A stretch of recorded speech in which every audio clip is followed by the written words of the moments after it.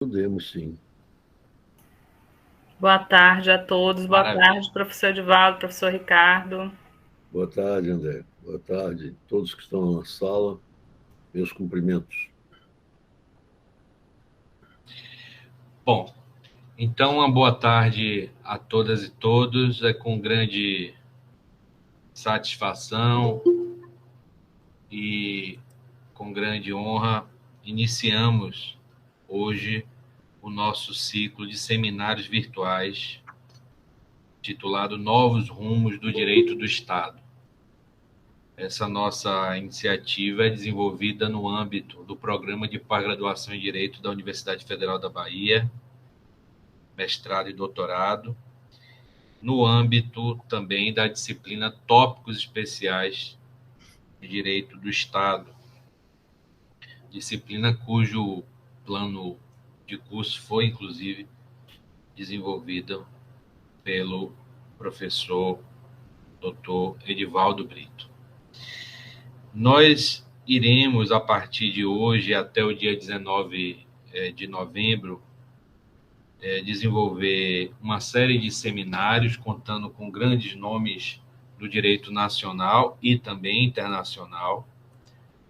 E todos esses nomes estarão aqui prestando uma justa homenagem ao professor Hermano Machado, ex-coordenador do Programa de Pós-Graduação em Direito da Universidade Federal da Bahia. É uma figura que teve uma grande importância também na minha formação, assim como o professor Edivaldo Brito. Tive a honra, inclusive, de suceder o professor Hermano Machado na Academia de Letras Jurídicas da Bahia e ser também honrado com a saudação do meu mestre, o professor Edivaldo Brito. E nada melhor do que iniciar esse ciclo de seminários virtuais com a grande referência que nós temos, o PPGD da UFBA, a grande referência intelectual, a grande referência moral, que eu tive o grande prazer de conhecer desde o mestrado, ser orientado no mestrado, ser orientado no doutorado, ser saudado na nossa Academia de Letras Jurídicas e ser a todo momento incentivado e inspirado por sua pessoa, que é o professor Edivaldo Brito, que de fato dispensa apresentações. Professor emérito da nossa Universidade Federal da Bahia, professor também emérito da Universidade Mackenzie, mestre doutor em Direito, hoje vereador do nosso município de Salvador, já tendo uma larga experiência, tendo sido prefeito, tendo sido secretário de Estado. Talvez na Bahia ninguém tenha conseguido reunir um currículo tão vasto, tão extenso. E mais do que isso, um grande ser humano que, acredito, serve de modelo para as atuais e futuras gerações. Professor Edivaldo, muito obrigado pela sua presença, dedicando o seu tempo tão precioso a esse seu humilde discípulo e a todos os seus aqui admiradores e admiradoras. O professor Edivaldo Brito nos brindará com a conferência magna de abertura intitulada O Princípio da Função Social da Propriedade, um tributo ao professor Hermano Machado. Professor Edivaldo, com a palavra. Professor Ricardo Maurício, eu o cumprimento menos formalmente do que de modo preciso, efetivo, pela iniciativa desse encontro. Vossa Excelência merece todos os nossos aplausos, e nós podemos fazer esses aplausos porque o conhecemos no ângulo que estamos referindo, o ângulo acadêmico, merece todos os nossos aplausos pela produção científica que a todos nós encanta na Bahia e no Brasil, mas nesse momento merece todos os nossos aplausos por essa forma de homenagear Hermano Augusto Machado. Fui colega de Hermano na pós-graduação da faculdade. Estivemos juntos no quadro docente. Hermano era um dileto amigo do professor Orlando Gomes. Ele tinha muito respeito, em razão da cultura que ele ostentava, da inteligência que lhe era própria e da fidelidade que ele tinha do ponto de vista afetivo com o professor Orlando Gomes. Claro que, convivendo com o meu mestre maior, tive a oportunidade de conhecer Hermano bem mais perto e, repito, como seu colega no quadro docente do PPGD. Estamos, portanto, professor Ricardo Maurício, completando 40 anos em março, que iniciamos a nossa trajetória no PPGD. E estavam na reunião em que meu nome foi aprovado, além do professor Hermano, obviamente, o professor que indicou, que foi o professor Orlando Gomes. Neste PPGD tenho convivido, graças a Deus, com todas as suas composições no quadro docente, e acho que o sucesso do programa está exatamente na qualidade dessas pessoas, especialmente dos que coordenaram o programa, coordenam, para usar no presente. Peço licença para dizer a minha exclusão, que fui também coordenador, mas os demais, fora de mim, todos sustentaram o programa para ele chegar até aqui. Hermano foi um deles. Hermano Machado era uma dedicação só ao programa. Hermano Machado era uma fidelidade enorme aos propósitos com os quais o programa foi construído. Por essa razão é que esta homenagem que nós estamos iniciando hoje tem todo o propósito e carece desses esclarecimentos, para que os pósteres não suponham que nós estamos fazendo aplausos vazios, fazendo aplausos a quem não merecia o que não merece. No plano da produção acadêmica, Hermano tem várias, mas muitas contribuições. Como o tema que me foi assinado é função social da propriedade, eu, professor Ricardo Maurício, resolvi pegar um trabalho dele sobre esse mesmo assunto. E, por coincidência, trilhando o mesmo caminho que eu.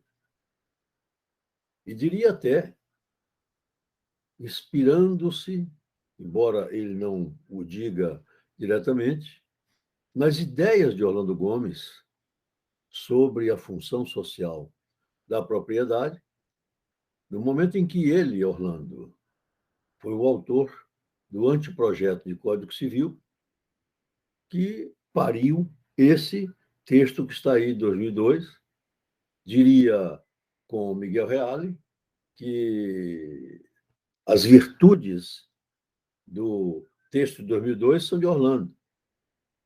Os defeitos, vamos procurar quem é o pai.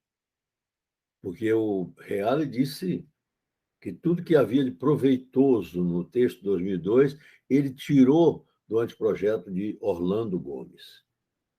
E como é um detalhe essa questão da função social da propriedade, um detalhe da sua ausência do texto, não quero que isso se suponha que foi uma omissão de Orlando Gomes.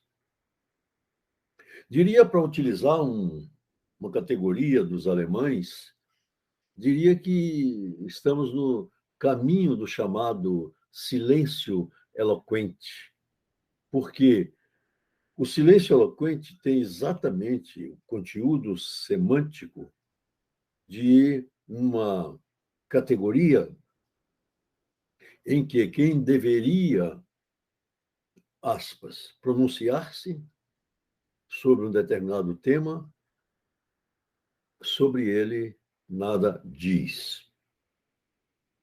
E cabe ao intérprete buscar nas dobras da norma elaborada com esta, aspas, omissão, as razões pelas quais quem deveria, repito, ter se pronunciado, se omitiu. É a isso, repito, que os alemães chamam de silêncio eloquente, né? E assim, eu estou querendo dizer que um assunto tão palpitante, por que Orlando Gomes não o tratou no seu texto? Então, isso tudo nos leva a fazer uma observação quanto ao tema. Ele tem que ser tratado especialmente do ponto de vista jurídico, no tempo, para identificarmos como isto evoluiu. E, para tal, nós precisamos fazer uma distinção que eu tenho me preocupado muito em relação ao tal de IPTU. Eu tenho defendido, e nessas últimas horas, mais de uma vez, num artigo de jornal e nos meus comentários semanais pela Rádio Metrópole, eu tenho, portanto, falado que é bom não imaginar que o IPTU incide sobre o imóvel. Quem pegar a norma constitucional de competência vai ver que, nesta hora, o legislador da Constituição exigiu de quem lesse o seu discurso, exigiu que esse que lesse tivesse realmente controle e conhecimento técnico. O elemento material da hipótese, do fato gerador do IPTU, a matéria alcançada pelo imposto, o objeto tributável, é a propriedade. Porque o legislador da Constituição teve o cuidado, e eu sempre, quando falo disso, chamo o meu colega para examinar na norma de competência, logo após a palavra sobre, está o elemento material. E quando a Constituição diz que cabe ao município instituir imposto sobre o quê? Se ela quisesse que fosse um imóvel, a Constituição teria debuxado essa norma dizendo sobre o imóvel. Não é isso que a Constituição diz. A Constituição diz sobre a propriedade predial e territorial urbana. Há uma imprecisão terminológica do legislador da Constituição, mas que nós estamos aqui no PPGD, em todos os lugares que fazemos exames das regras e pesquisamos e nos aprofundamos, consertarmos. Qual é a imprecisão terminológica?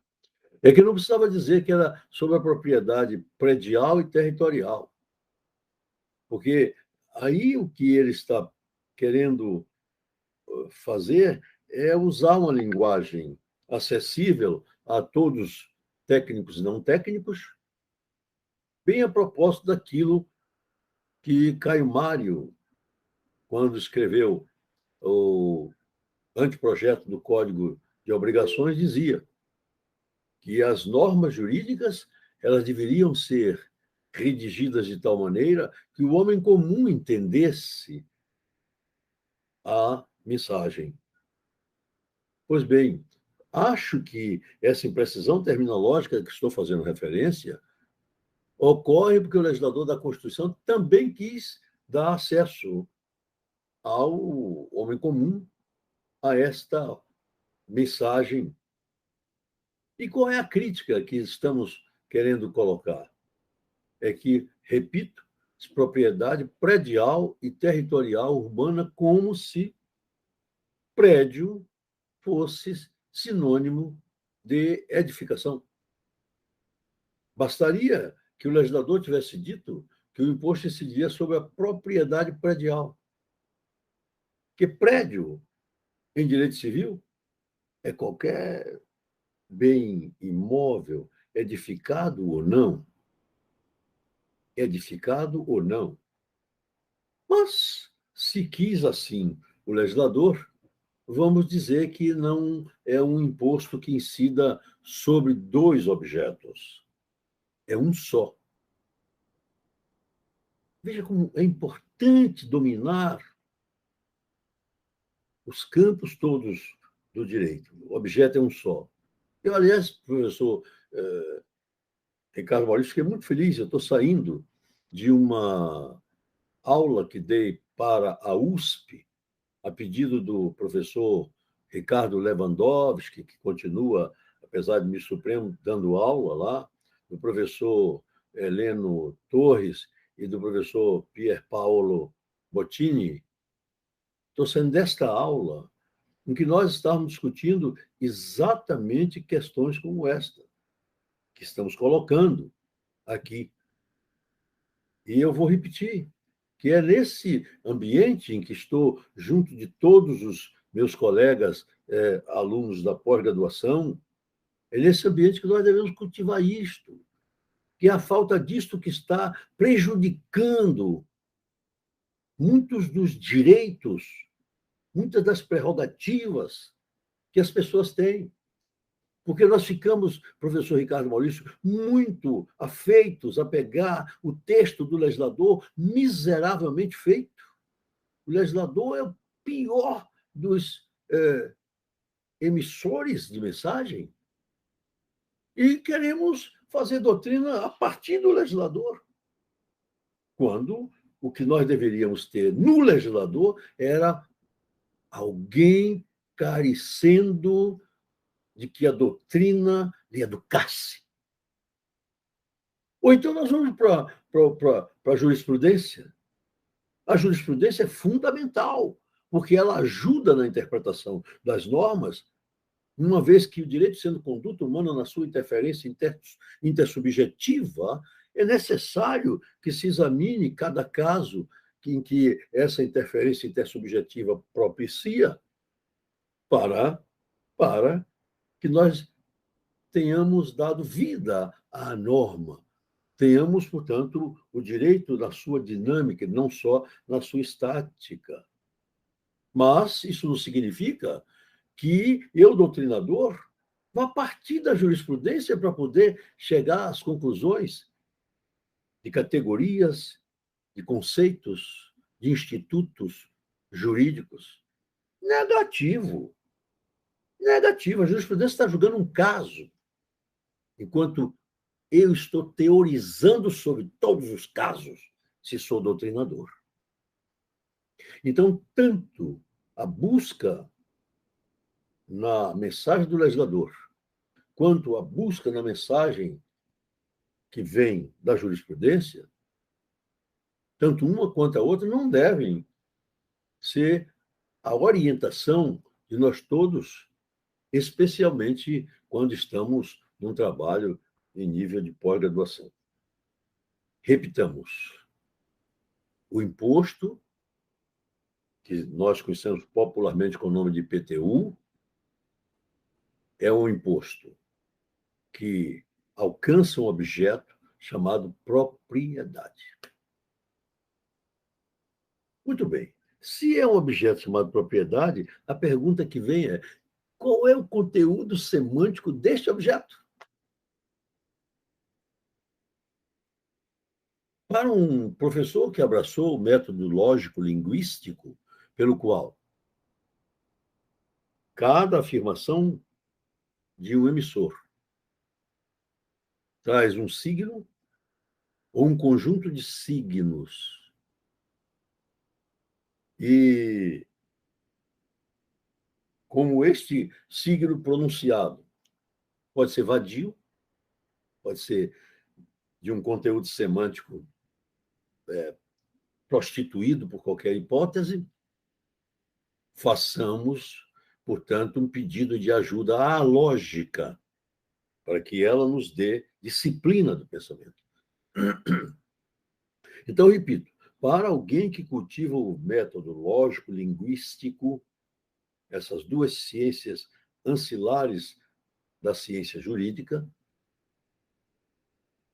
é muito importante esse tipo de técnica de interpretação para poder entendermos o que desejou o legislador e entendermos o que ele desejou, mas dentro do nosso ambiente doutrinário. Por conseguinte, se, repito, ele diz que atinge a propriedade, o que é propriedade? Propriedade é uma aptidão que tem a pessoa. Essa aptidão que tem a pessoa é a de dominar os bens, dominar os objetos que estão ao seu dispor. Podem ser objetos materiais, podem ser objetos imateriais, o direito os alcança a todos. Então, essa aptidão de dominar as coisas é que gerou a primeira noção de direitos reais. É que, na evolução, determinou tantas perturbações daquela noção inicial que se tinha sobre a questão da propriedade. Propriedade, vamos repetir, é o domínio que a pessoa tem sobre a coisa. Propriedade é, portanto, a aptidão que tem a pessoa de ser dona da coisa. Pronto. Propriedade é a qualidade de um sujeito de direito em relação a um objeto jurídico.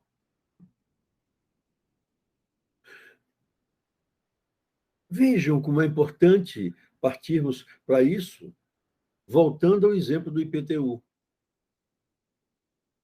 Voltando ao exemplo do IPTU. Lamentavelmente, um dos melhores civilistas do país, um dos melhores, José Carlos Moreira Alves, ministro do Supremo Tribunal Federal, lamentavelmente, examinando um caso de imposto de transmissão da propriedade, Sua Excelência partiu para explicar que aquela operação era uma operação que envolvia uma obrigação real.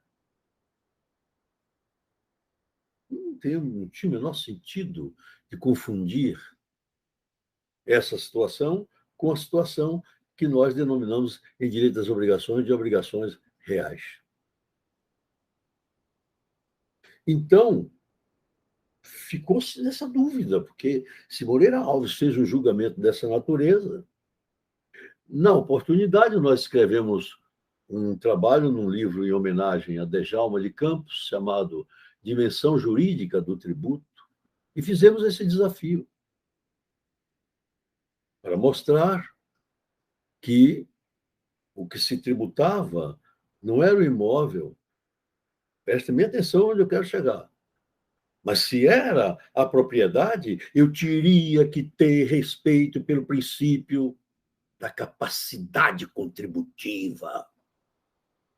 Porque senão eu vou abrir espaço para dizer que a pobre da viúva, cujo marido faleceu, ele deixou um prédio confortável para ela viver, ela terá que deixar para ir para a tapera, porque ela não vai poder pagar, por hipótese, se for o caso de Salvador, o IPTU escorchante que vige entre nós até o dia que chegar essa tal de ADIM que nós fizemos em 2013, 2014, chegar até o Supremo Tribunal Federal, que já tem sobre o assunto decisão. E quem pagou, perdeu. Quem pagou, perdeu, porque mesmo que se estivesse devolver individualmente, precatório, que já agora está na moda não se pagar precatório não daria conta para o município devolver o dinheiro que ele nos escorchou. Mas percebam que esta viúva não pode ser levada a pagar, olha só, o IPTU, se ela demonstrar, na forma do artigo 145 da Constituição, que ela não tem capacidade econômica para atender o tributo, uma vez que, no Brasil, o tributo tem que ser pessoal. Vamos recompor, para ver se entendemos tudo? Vejam, nós estamos falando da função social da propriedade. Para entendermos a função social, precisamos saber primeiro o que é propriedade. Estamos tentando mostrar o que é propriedade. É um atributo da pessoa. E na forma da Constituição do Brasil, todas as pessoas têm esse atributo, ou têm aptidão para isto, para ser proprietário. Ser proprietário é ter o domínio de um objeto. O tributo que incidir sobre esta qualidade, não sobre o objeto, no caso do IPTU, ele terá que respeitar a capacidade de pagar. Pronto, aí está uma primeira formulação do que desejava transmitir. A segunda, este domínio sobre a coisa, no tempo, sempre foi tratado da mesma maneira? Não. Não. Surgido esse cabedal jurídico na área dos direitos reais, ou dos chamados direitos reais, nós o que encontramos lá? Direito real, uma relação entre um sujeito e uma coisa. E os responsáveis pela definição equivocada de relação jurídica, qual seja uma relação entre pessoas a que a lei atribui efeitos, esses que têm essa noção equivocada não podem entender direitos reais. Ou se entendem, confirmam sua definição de relação jurídica e, ipso facto, desconfirmam o direito real como uma relação de direito, quando se diz que é uma relação que se mantém de um sujeito com o objeto. E todas aquelas coisas que os senhores conhecem mais do que eu. Que coisas? Esse titular desta aptidão, ele tem desforço incontinente de quem atinge o instrumento da sua propriedade, e assim por diante, só para dar um exemplo dessa natureza. Agora percebam, como é que eu atribuía tirando essas confusões e incompatibilidades e contradições da definição de relação jurídica classicamente feita, do meu modo, de modo errado, e tirando essas coisas,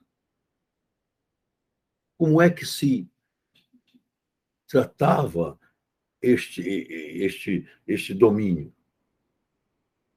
Se tratava, como todos conhecemos, um direito subjetivo, daqueles direitos subjetivos piores do que os direitos potestativos, piores do que os direitos potestativos, que são um dos exemplos mais agressivos de relação entre sujeitos disciplinados pela ordem jurídica. Era um direito subjetivo de um conteúdo extremamente agressivo. E por isso se dizia que era um direito absoluto. Como se possa admitir no mundo direitos absolutos? Os direitos são todos relativos, mas a definição é essa, é um direito absoluto. E outras caracterizações que todos os senhores conhecem. Então, direito subjetivo se refere ao domínio do sujeito sobre uma coisa, era incrível. Era incrível. Muito bem. Partimos para algumas modulações nas relações entre as pessoas. Por exemplo, nos contratos. Quanta modulação aconteceu no caso dos contratos? E eu parti para exatamente o outro pilar importante das relações dos seres na sociedade quando tem conteúdo econômico, é o contrato. A propriedade e o contrato. Quantas modulações nós tivemos no contrato? Enormes. A propriedade também foi passando a uma situação mais relativa. E aí nós saímos do direito subjetivo para um outro tema, que é o da função social. Agora, vejam como é diferente. O que é o direito subjetivo?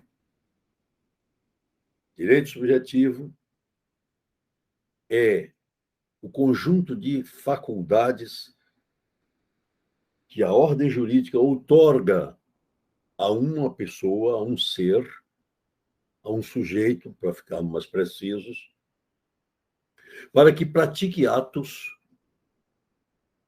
no meio social. Atos, portanto, que passam a ser atos jurídicos. Esse conjunto de faculdades, ele varia de acordo com a caracterização do direito. Um ou uma dessas faculdades não pode deixar de estar em todo e qualquer direito subjetivo. É a faculdade de gozo, porque a ordem jurídica não atribui um direito subjetivo se não for com o elemento gozo.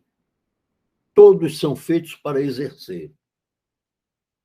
E vejam que é tão importante esse elemento que, se o titular não o exerce dentro das condições que a outorga lhe veio, perde.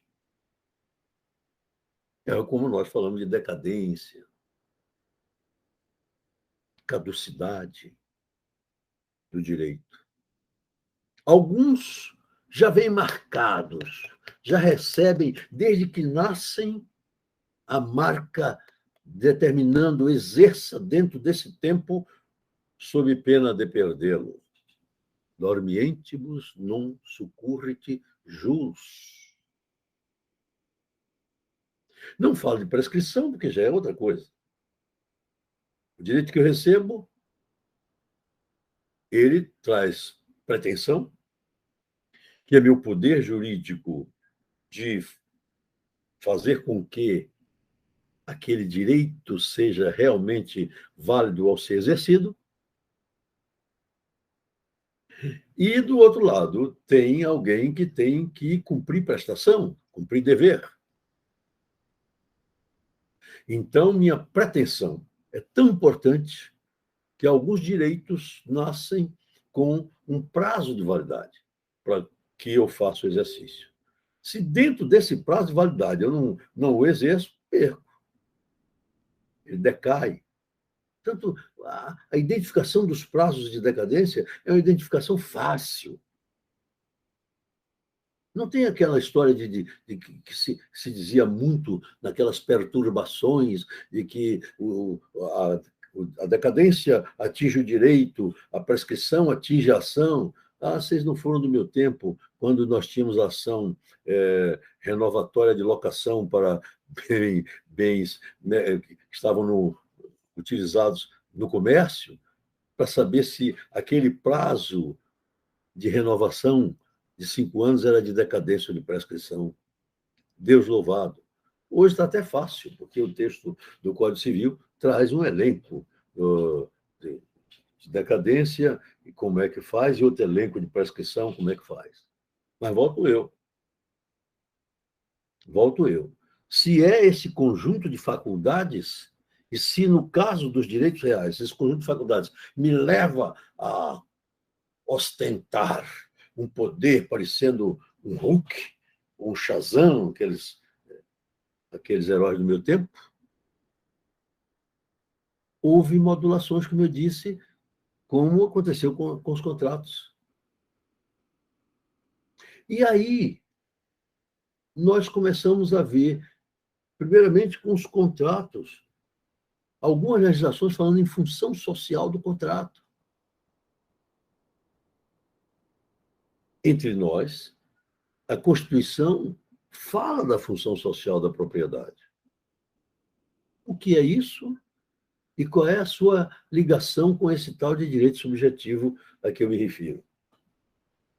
O primeiro toque, pelo menos do que eu conheça, para demonstrar essa necessidade de caracterização diferenciada foi dado por Digui, Léon Digui. Ele fez uma série de palestras, como sabemos, ele é francês, mas ele fez uma série de palestras por volta de 1911, aqui na América e na Argentina. Teria sido numa dessas palestras, porque o texto que eu tenho não afirma isso, em que ele propôs uma diferença entre a noção realista de função social e o que ele chamou de noção metafísica do direito subjetivo. Pegando já esse título, nos assinala alguma coisa, eu vou repetir para internalizarmos. A noção realista de função social, diz ele, substitui a noção metafísica de direito subjetivo. Este texto de Digui está, já que estamos falando numa academia, num livro de 2 partes, uma sobre as transformações do direito público e essa que eu estou me referindo às transformações do direito privado. Poderão encontrar a minha edição editorial Eliasta,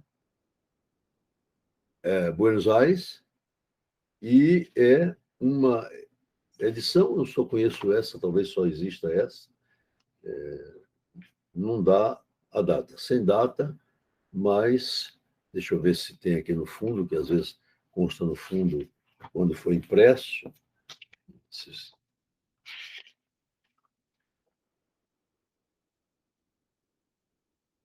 Pronto. Foi impresso em 1975, portanto, a edição de 1975. Pois bem, o que é que Digui quer com essa formulação?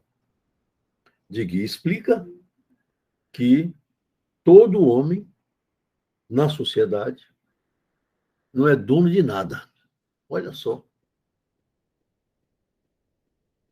Todos os bens que estão na sua mão são para que ele utilize em favor do bem comum.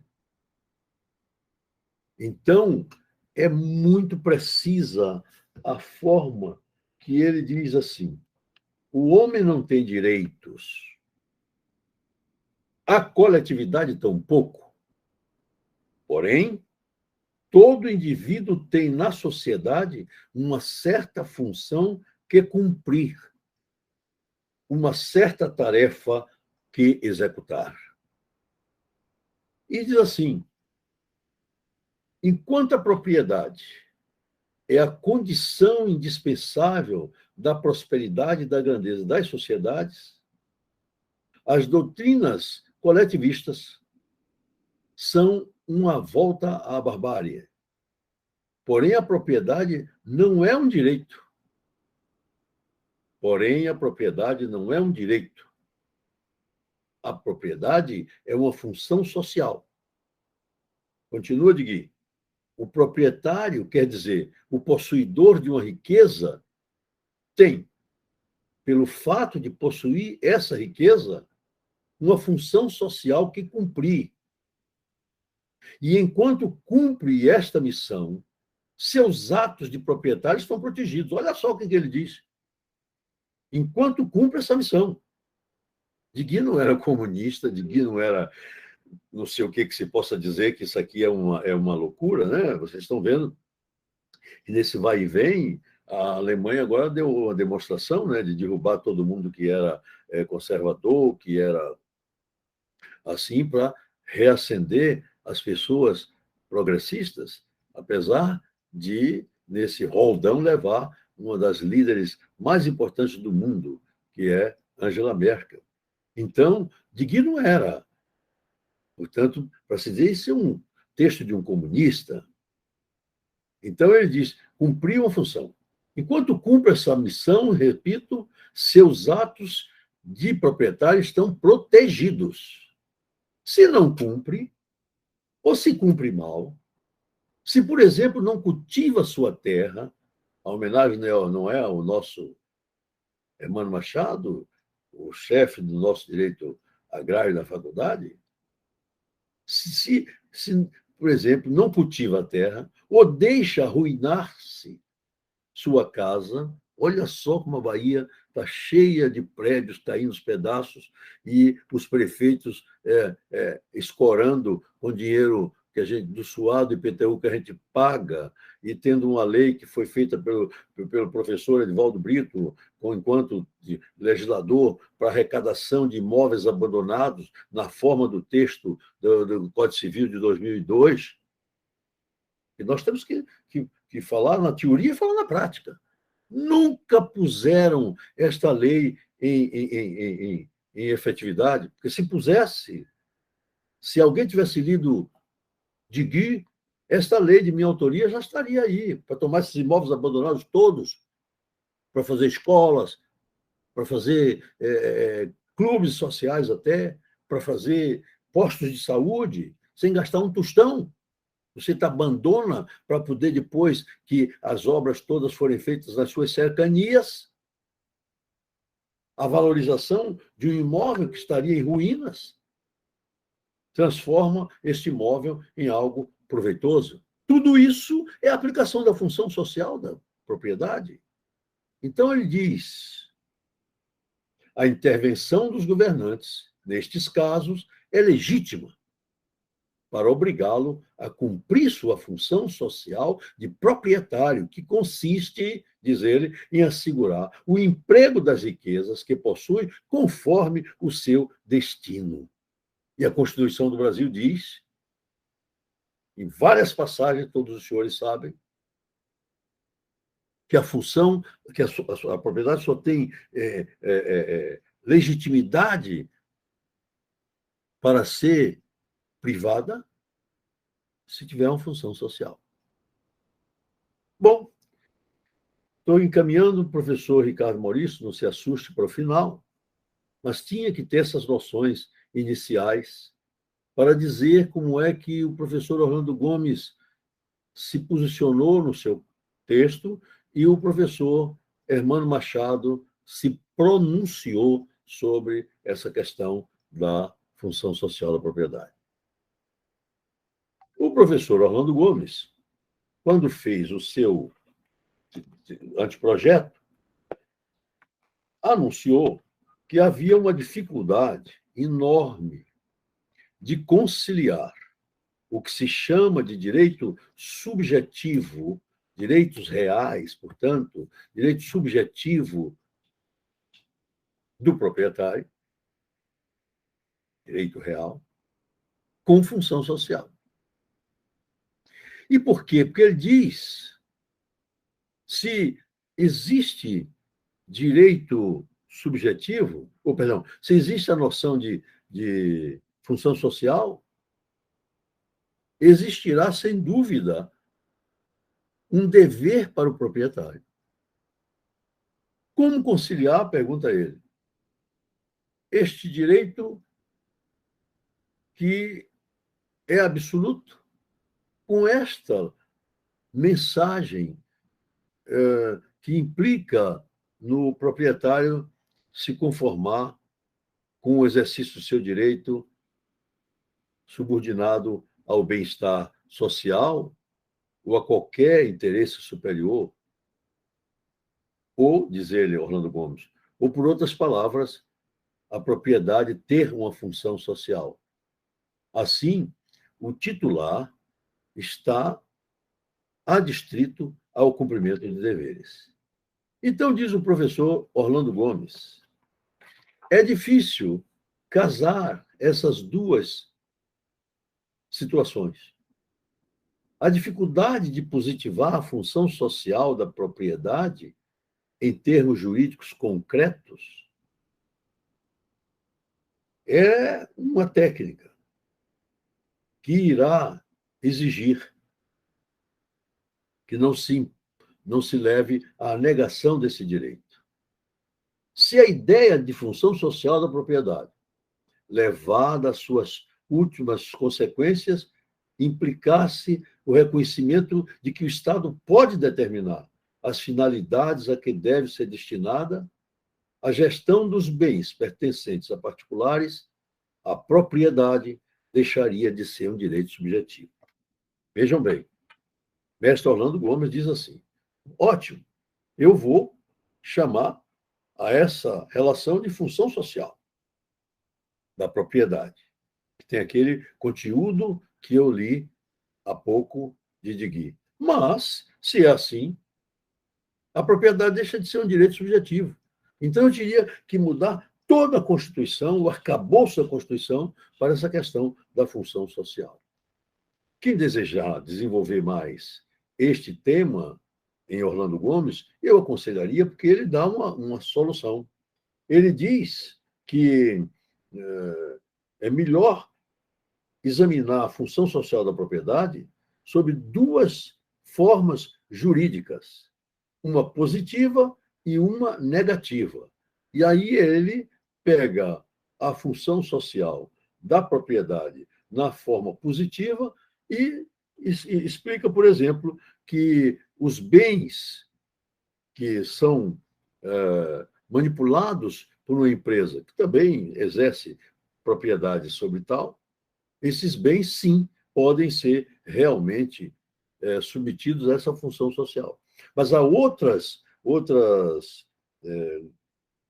limitações de interesse público, vinda por esse caminho da função social, que não se compatibilizariam com a noção constitucional de propriedade tal como nós conhecemos. Então, o professor Orlando Gomes busca, sim, uma solução. O professor Hermano Machado tem um trabalho que foi escrito, todos nós estávamos na Faculdade de Direito, a faculdade está fazendo 130, né? Escrevemos quando a faculdade fez 90 anos. O livro se chama Revereor, Estudos Jurídicos em homenagem à Faculdade de Direito da Bahia, 1891-1981. Nós todos escrevemos nesse livro. Como podem ver, eu estou velhinho, já estava professor da Faculdade de Direito em 1981. O trabalho do professor Hermano Machado é Função Social e a Tipificação no Direito de Propriedade. Hermano Augusto Machado, professor adjunto de Direito Agrário. Ele examina a posição de Digui também, como Orlando Gomes examinou. E aí, a página 238 desse livro, ele tem um item chamado Crítica à Posição de Digui. E vem mostrando quais são as dificuldades para absorver essas ideias de Digui no plano jurídico. E, então, teria que superar fatos como aqueles que se referem aos poderes jurídicos que são concedidos aos titulares da propriedade, os direitos subjetivos considerados instrumentos de atendimento dos titulares, a propriedade dos bens de produção deve ser submetida a um regime jurídico especial, e aí foi fazendo as críticas à posição de Digui. E conclui Hermano Machado. Parece-nos que Digui, em verdade, admite que a propriedade serve como instrumento de satisfação imediata do interesse individual e, de maneira imediata, do interesse coletivo. Veja a explicação que ele dá sobre a tese de Digui. E aí vai. Aceita tal coisa, porque, no fundo, aceita o liberalismo econômico, que dessa forma identifica os dois interesses. Mas, aceitando essa posição e em sendo repelida a sua negação dos direitos subjetivos, cabe, antes, dizer a propriedade exerce uma função social, mas ela não é uma função social. E concluir, Digui admite que o conteúdo concreto dessa função é revelado pela pressão dos fatos sociais. E, no seu sociologismo, a faz derivar da ação da lei, da interdependência e da solidariedade social. Entretanto, diz Hermano Machado, a ação dessa misteriosa lei é uma fonte material e Digui atribui ao legislador e ao juiz a fixação desse conteúdo por meio das fontes formais, ou seja, da lei e da jurisprudência. Ainda que ele não se detenha em examinar o assunto, podemos inferi-lo pelos trechos de sua autoria em que legitima a ação do legislador e a ação da jurisprudência. Ora, o princípio da função social da propriedade, a concluir, sendo tal, ou seja, princípio, é fundamento, é básico, é gênero para o desdobramento de todas as outras circunstâncias que envolvem o domínio, que envolve a propriedade, que envolve aquela qualidade, como eu disse lá atrás, de dominar o bem. Muito bom. Se é desta forma, então nós estamos diante de uma necessidade de conciliar o direito subjetivo, que é o conjunto de faculdades que a ordem jurídica me outorga, com este princípio. Esse princípio é base, esse princípio é fundamento, esse princípio é, portanto, o gênero que vai parindo espécies. Eu tenho que concluir lembrando que o fato de a Constituição falar em função social da propriedade. Lembrando que Orlando Gomes e Hermano Machado fazem essas observações, lembrando, enfim, que tudo isso não é para negar essa função social. Tudo isso é para integrar os dois conceitos. A propriedade em relação ao seu titular é realmente um direito subjetivo. O direito subjetivo cuja faculdade é de uso, gozo, fruição, disposição do bem. Olha só quanta coisa: uso, gozo, fruição, disposição do bem. Mas tudo isso deve ser exercido. E aí está a integração, em razão desse novo mundo, de uma Constituição, por exemplo, que, ao permitir o direito subjetivo de propriedade, estabelece que pouca gente tem se preocupado, estabelece o princípio da fraternidade.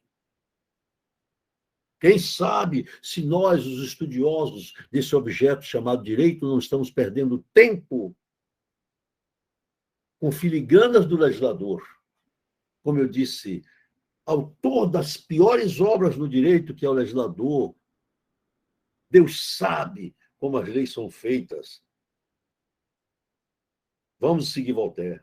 Deus sabe como as leis são feitas, e se soubéssemos como elas são feitas, só Deus sabe, nós não nos aproximaríamos nem das leis, nem das salsichas, dizer. E eu acrescento, nem do requeijão e do queijo, como são feitos. Mas, se é assim que o legislador procede, cabe à doutrina fazer a conciliação. E a doutrina não pode esquecer o princípio da fraternidade, que tem conteúdo normativo na Constituição do Brasil de 1988. Professor Ricardo Maurício, acredito que o pensamento do professor Hermano Machado, ao escrever esse título, e a homenagem que Vossa Excelência presta à memória dele, buscando esse tema para abrir essas homenagens a ele, acredito que, se eu não conseguir transmitir para todos, eu tentei. E nessa tentativa, eu faço um desafio. Vamos estudar esses temas juridicamente postos, assim como eu tentei fazer, mas cultivar um dos princípios mais importantes da Constituição de 1988, que não tem nem trabalho escrito a não ser o de um ministro do STJ que eu conheço, sobre o princípio da fraternidade. Neste momento, em que católicos, apostólicos, romanos, protestantes, candomblezeiros, espíritas, o que for, neste momento, em que se exige de todos nós a fraternidade. Neste momento, em que os negativistas estão despreocupados com o vizinho, com o irmão, neste momento em que o sujeito diz: não vou vacinar porque eu não preciso de vacina, e o desgraçado não sabe que o vizinho, que o companheiro, que o próximo pode ser contaminado por ele. E nós, que somos, portanto, profissionais do direito, conhecemos que a gripe espanhola de 1918 não tinha apoio do ponto de vista penal para poder pegar esses safados negativistas, sejam eles quem forem, ocupem ele o posto que ocuparem no meu país. Eles saibam que o Código Penal hoje tem uma área importante sobre os crimes contra a saúde pública, e um deles é exatamente esse que pode ser tipificado por esses negativistas que não querem se vacinar, porque é o crime de contaminação. Que me adianta falar, meu caro Ricardo Maurício, sobre quem quer que seja, sobre tudo, Hermano Machado, que merece todos os incômodos.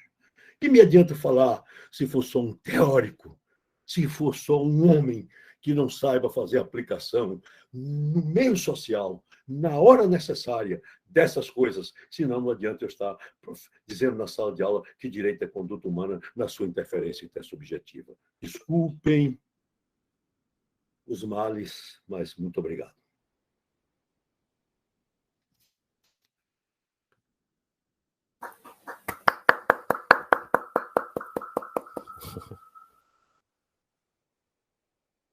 Eu estava procurando aqui, professor, as palmas, mas eu acho que é só na versão do Zoom. Me ajude aqui, Ana Paula. Mas, mestre, eu quero... Infelizmente, só no Zoom. Só no Zoom, só no Zoom. Mestre, eu quero que o senhor saiba que para nós é uma honra. Eu estou muito feliz de eu ter contribuído no ano passado para fazer uma justa homenagem à nossa querida amiga e irmã, professora Maria Auxiliadora. Muito feliz de poder também homenagear hoje o professor Hermano Machado. E muito feliz também de ter humildemente feito uma proposição que foi aceita unanimemente pelo corpo docente do PPGD, não por qualquer mérito meu, mas pelo seu mérito, que foi aqui, afora tantas homenagens que o senhor receber e tantas outras que sempre serão necessárias, de nós organizarmos uma coleção na editora da UFBA em sua homenagem. Uma singela homenagem aos seus 40 anos de dedicação, de sacerdócio, de devoção à Universidade Federal da Bahia. Eu não poderia ter a melhor forma de prestar homenagem aos 130 anos da faculdade do que fazer essa proposição que foi aceita, e saiba que o senhor estará sempre conosco nos seus 40 anos e também homenageado com essa coleção de livros do programa de pós-graduação em Direito da UFBA. Mestre,